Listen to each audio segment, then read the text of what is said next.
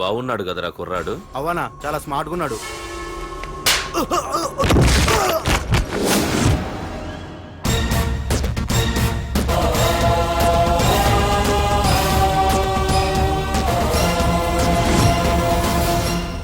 నా పేరు పార్థు.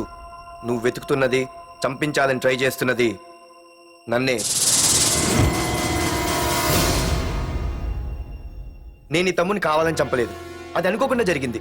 అతను చనిపోయిన విషయం కూడా నాకు ఇప్పుడే తెలిసింది. నన్ను చంపడం వల్ల అతను తిరిగి రాడు కదా, అందుకు నీ మనుషులు నా వెంట పట్టడం, నన్ను చంపాలని ట్రై చేయటం, నేను వాళ్ళని తిరిగి కొట్టడం, ఇవన్నీ నాకు నచ్చవు. నీ తమ్ముడు చనిపోయినందుకు నువ్వెంత బాధపడుతున్నావో, పొరపాటున నా చేతిలో ఒకరు చనిపోయినందుకు నేను అంతే బాధపడుతున్నాను. అందుకే ఈ విషయం ఇక్కడితో వదిలేస్తే ఇద్దరికీ మంచిది. అర్థం చేసుకో. అర్థం చేసుకున్నాను. నిన్ను తప్పుగా అర్థం చేసుకున్నాను, చాలా తప్పుగా. నా తమ్ముణ్ణి చంపినవాడు నాకు భయపడి ప్రాణభయంతో ఎక్కడో దాక్కునుంటాడనుకున్నాను. కానీ చంపింది నేనే అని చెప్పే దమ్మునవాడనుకోలేదు. చూస్తా, నీ దమ్మేంటో ఇప్పుడు చూస్తా. ఒరేయ్ తమ్ముడు, చూసావా, మొదటిసారి వీడు నిన్ను చంపినవాడు నా ముందుకొచ్చాడు. ఈ రోజే వీడిని ముక్కలు ముక్కలుగా నరికి నీ రుణం తీర్చుకుంటా. రేయ్, వేసేయండి రా వాడిని.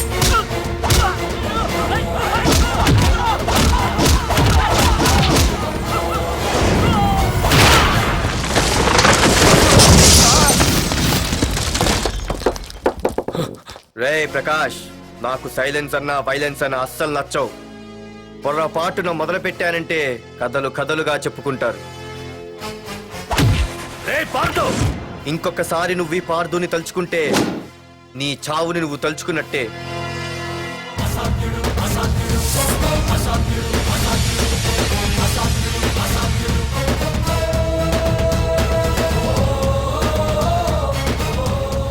మా బామ్మ పిడుగు శబ్దం వినాలి కానీ చూడకూడదనేది. అంటే ఏంటి ఇప్పుడు అర్థమైంది. ఈడు ఇంకా తేరుకోలేనట్టుంది.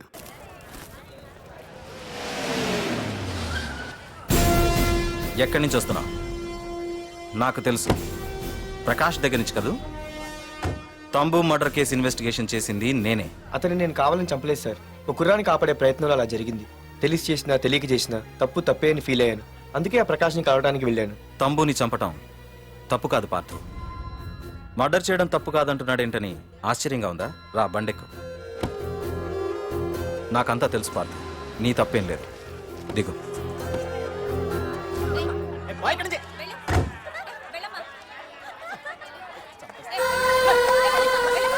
ఆమె ఎవరో తెలుసా? నాకంటే ముందు నా పోస్టులో ఉన్న పోలీస్ ఆఫీసర్ భార్య. తన కళ్ళ ముందే తన భర్తని ఆ తంబుగాడు అతి దారుణంగా నరికి చంపేశాడు. అది చూసి ఆవిడ పిచ్చిదైపోయింది.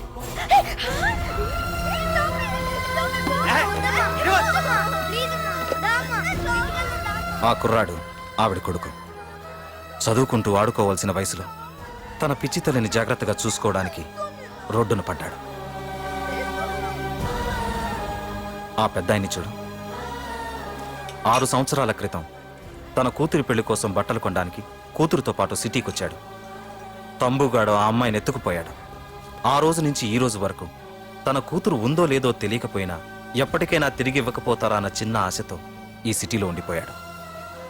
వీళ్లే కాదు పార్థు, ఒక్కసారి అటు చూడు.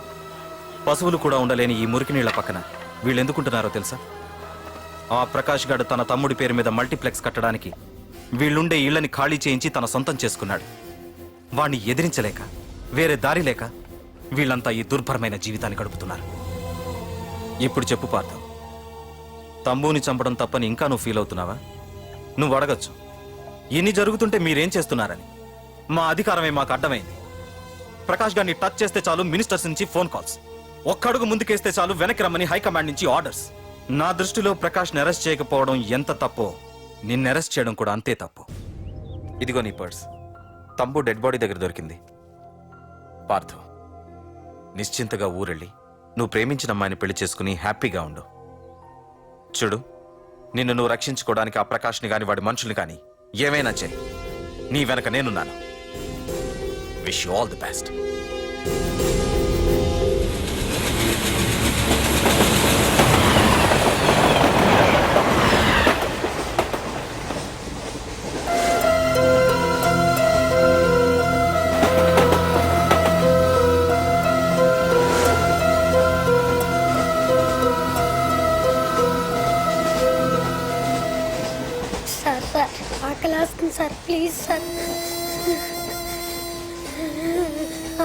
ఆకలేస్తుందమ్మా. Sir sir please sir.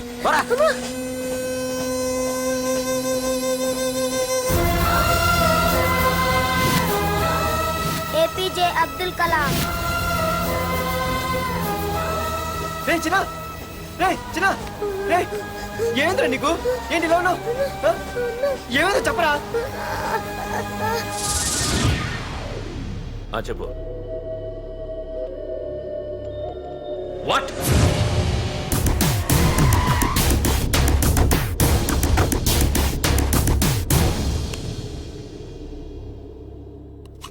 అన్నా, తమ్ముడిని చంపింది వరదరాజులు కాదన్నా, ఓ కాలేజీ కుర్రాడు.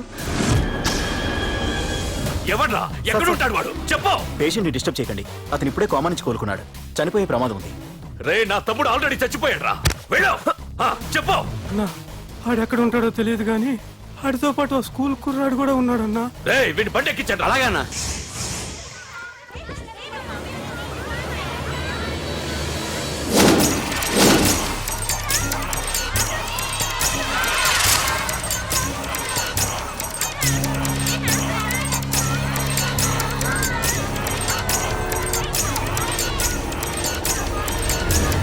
అన్నా, ఆ కుర్రాడన్నా. రే బాబీ ఆగరా. మర్యాదగా చెప్పు. నిజంగా అతను ఎవరో మాకు తెలియదు సార్. తెలియకుండానే వాడితో మీ కొడుకుని స్టేషన్కి పంపించారా? ఉం? చెప్పు. తెలియదంటే ఏం చేయొద్దు. చెప్పు చెప్పు చెప్పు చెప్పు చెప్పు చెప్పు చెప్పు. తెలియకుండానే వాడితో స్టేషన్కి పంపించావా? అడిగాడంట, తెలియకిచ్చాడంటే. చెప్పు. ఏయ్!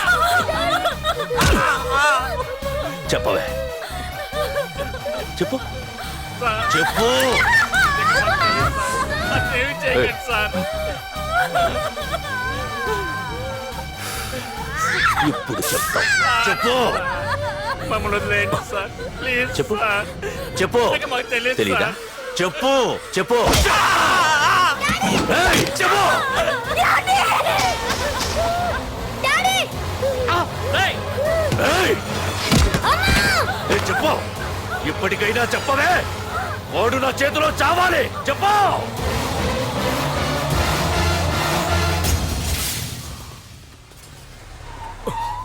సార్, వాడి గురించి ఇన్ఫర్మేషన్ తెలిసింది సార్. ఇది వాడి ఫోటో.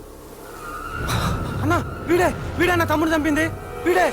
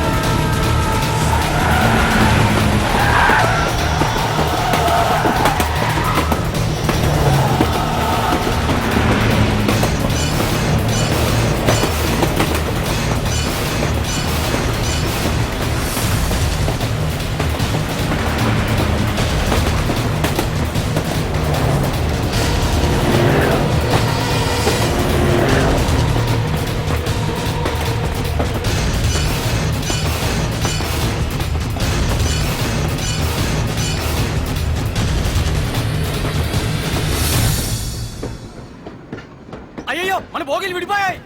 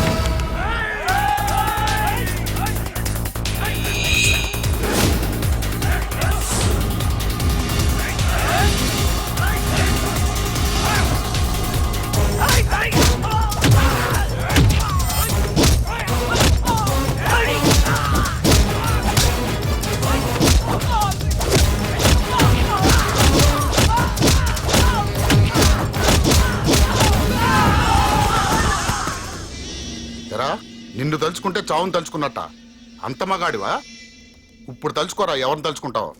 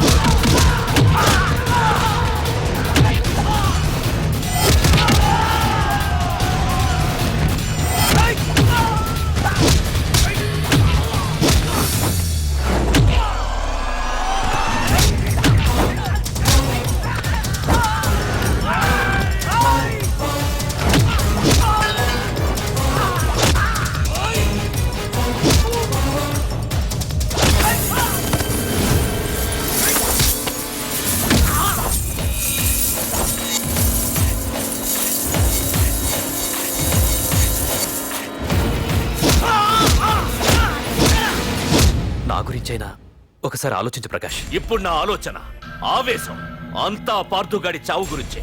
ఆల్రెడీ నా మనుషులు వెళ్ళారు. 5 నిమిషాల్లో వాడిని కాదు, వాడి శవాన్ని తీసుకొస్తాను.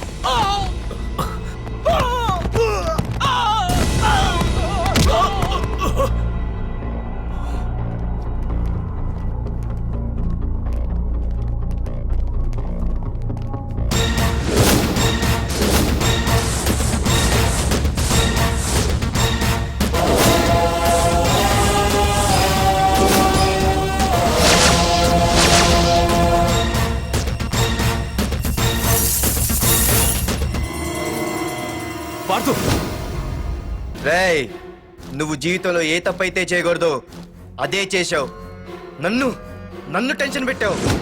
నా మూలంగా అభంశుభం తెలియని పసివాడి తల్లిదండ్రులను చంపి వీన్ని అడుక్కు తిని అనాథం చేశావు.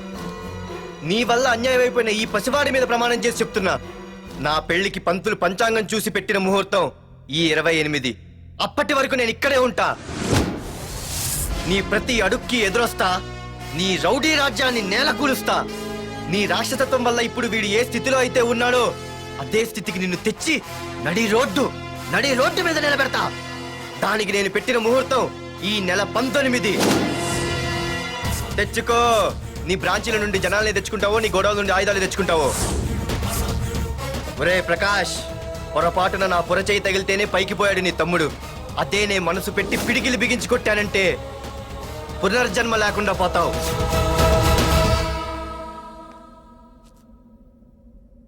మళ్ళీ చెబుతున్నా, నేను ఒంటరి. నీ మనుషులు 100లైనా 1000లైనా ఏరి పారేస్తా.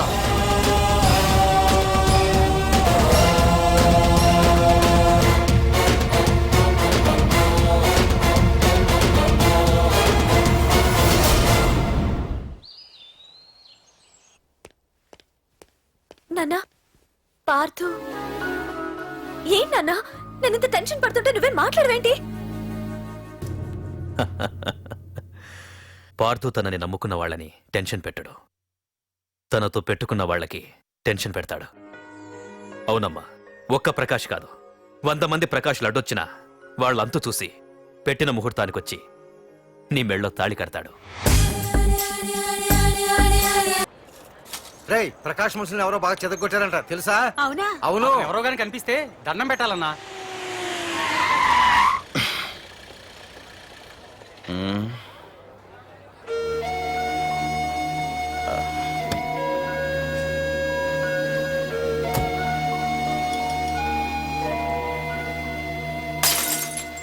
ఏయ్ హీరో, నీకోసం ఎన్ని చోట్ల వెతికానో తెలుసా?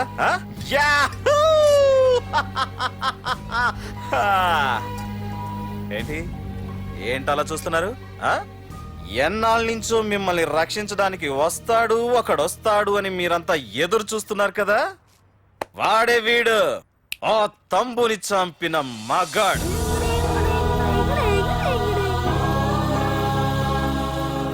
అంతేకాదు ఈ రోజు ఆ ప్రకాష్ గారి ఇంటికి వెళ్ళి వాడి మనుషుల్ని ఎరగొట్టి నిలబెట్టి వాడికి వార్నింగ్ ఇచ్చి తిరిగి వచ్చిన ఏకైక మోనగాడు ఈ పార్థు.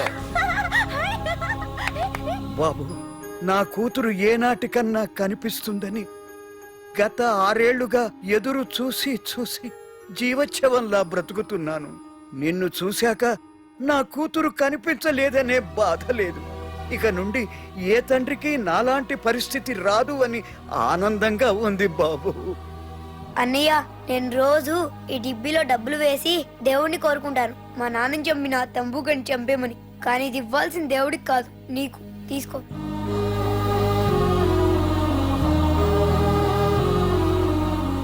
అలాగా ఆశ్చర్యపోతావేం బాబు? ఆకలితో ఉన్నవాడికి అన్నం పెట్టేవాడు, దాహంతో ఉన్నవాడికి గుక్కెడి నీళ్ళిచ్చేవాడు, దారులు మూసుకుపోయిన వాడికి దారి కల్పించేవాడే భగవంతుడు అన్నారు. మరి మా పాలెట నువ్వే కదా బాబు భగవంతుడివి.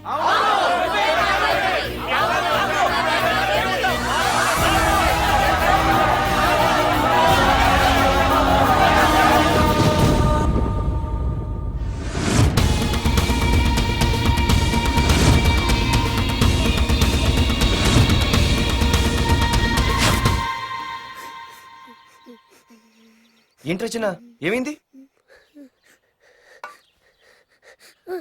ఏమైందిరా? ఎందుకు ఏడుస్తున్నావు? ఏమైందిరా? అన్నయ్య, నీ గురించి తెలియదని ఎంత బ్రతిమాలినా వినకుండా అమ్మ నాన్నల్ని దారుణంగా చంపేశారన్నయ్య. వాడు ఎంత బ్రతిమాలినా వదలకన్నయ్య. లేదురా, వదలకు. వదలు. వదలకన్నయ్య. నీ ఉన్నాగా? అన్నయ్య.